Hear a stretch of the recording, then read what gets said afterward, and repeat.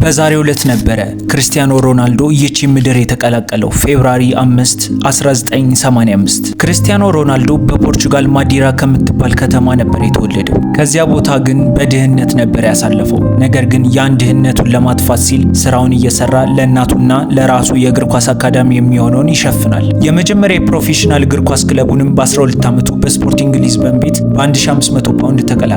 በዚያም በስፖርቲንግ ቤት በነበረው ብቃትና ፍጥነት ምክንያት ብዙ ትኩረትንም መሳብ ቻለ። በዚህም ብቃቱ የተደመሙት ዩናይትዶች በ2003 ክርስቲያኖ ሮናልዶን ከስፖርቲንግ ቤት በ12 ሚሊዮን ፓውንድ ብቻ ማስፈረም ቻሉ። በማንቸስተር ዩናይትድ ቤት በ6 ዓመት ቆይታውም በአጠቃላይ ከ292 ጨዋታዎች 118 ጎሎችና 61 አሲስቶችን ማስመዝገብ ችሏል። ክርስቲያኖ ሮናልዶን በዩናይትድ ቤት በአጠቃላይ 3 ፕሪሚየር ሊግ፣ 1 ሻምፒዮንስ ሊግ፣ 1 ፊፋ ወርልድ ካፕ፣ 1 ኤፍኤ ካፕ፣ 2 ኮሚኒቲ ሺልድ እና 2 የሊግ ካፕ ማንሳት ችሏል። ከማይረሱ የማንቸስተር ዩናይትድ ቤት ቆይታውም ክርስቲያኖ ሮናልዶ በ2007-8 የባላንዶር አሸናፊ መሆን ችሏል። ክርስቲያኖ ሮናልዶም በ2009 ማድሪድን ሪካርድ በሆነ ዋጋ በ80 ሚሊዮን ፓውንድ ተቀላቀለ።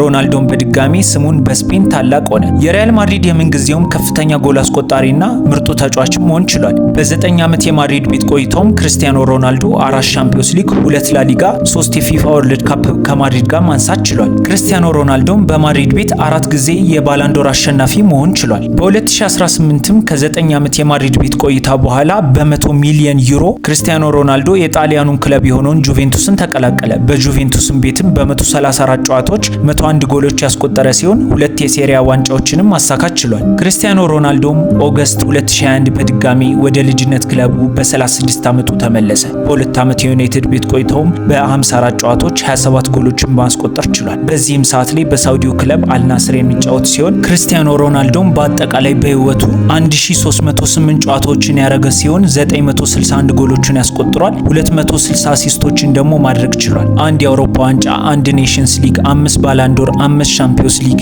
የእንግሊዝ፣ የስፔን፣ የጣሊያን የሊግ ዋንጫዎችን ማሳካት ችሏል። የሻምፒዮንስ ሊግ የምንጊዜውም ከፍተኛ ግብ አስቆጣሪ በመባል 7 ጊዜ፣ የእንግሊዝ ፕሪሚየር ሊግ የዓመቱ ምርጥ ተጫዋች በመባል 2 ጊዜ፣ የፊፋ የወንዶች ምርጥ ተጫዋች በመባል 2 ጊዜ፣ የፊፋ ወርልድ ፕሌየር በመባል 1 ጊዜ የተመረጠው ክርስቲያኖ ሮናልዶ እነዚህን አዋርዶች ማሳካት ችሏል። ይህም ክርስቲያኖ ሮናልዶ ነው። በዛሬው ዕለትም 41ኛ የልደት በዓሉን እያከበረ ይገኛል።